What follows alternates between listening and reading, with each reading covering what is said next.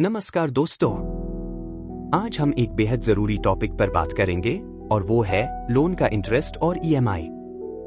बहुत से लोग लोन लेते वक्त ये समझ नहीं पाते कि आखिर इन चीजों का मतलब क्या है और ये कैसे काम करता है। तो चलिए मैं आपको सरल भाषा में समझाता हूँ। उदाहरण के लिए मान लेते हैं कि कोई आदमी 1,00,000 रुपए का लोन 12% के दर से 1 साल के लिए लेता है, तो उसकी ईएमआई क्या होगी?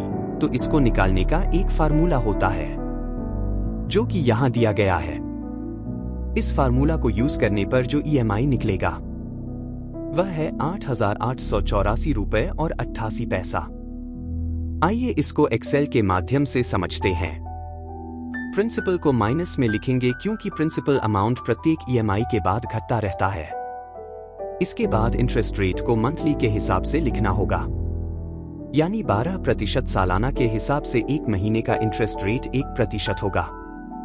इसके बाद लोन के टर्म को मंथ में लिखना होगा। इस केस में लोन का टर्म 12 महीने का है। आइए अब इस डेटा को पीएमटी फार्मूला में पुट करते हैं। इक्वल्स टू पीएमटी, इसके बाद ब्रैकेट में रेट वाला सेल B2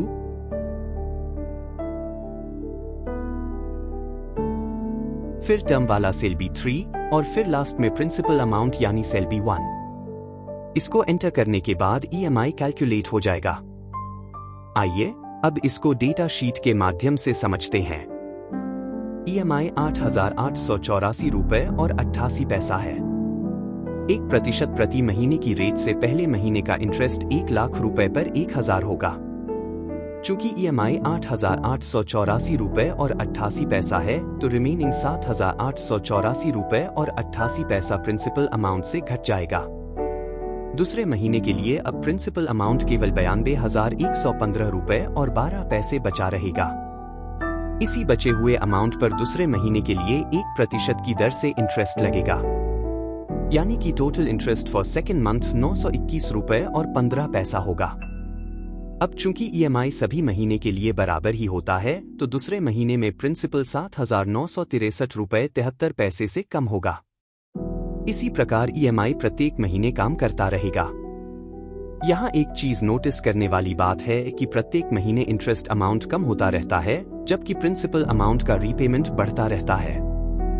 दोस्तों, उम्मीद करते हैं आपको इंटरेस्ट और ईएमआई के बारे में संपूर्ण जानकारी मिल गई होगी। धन्यवाद।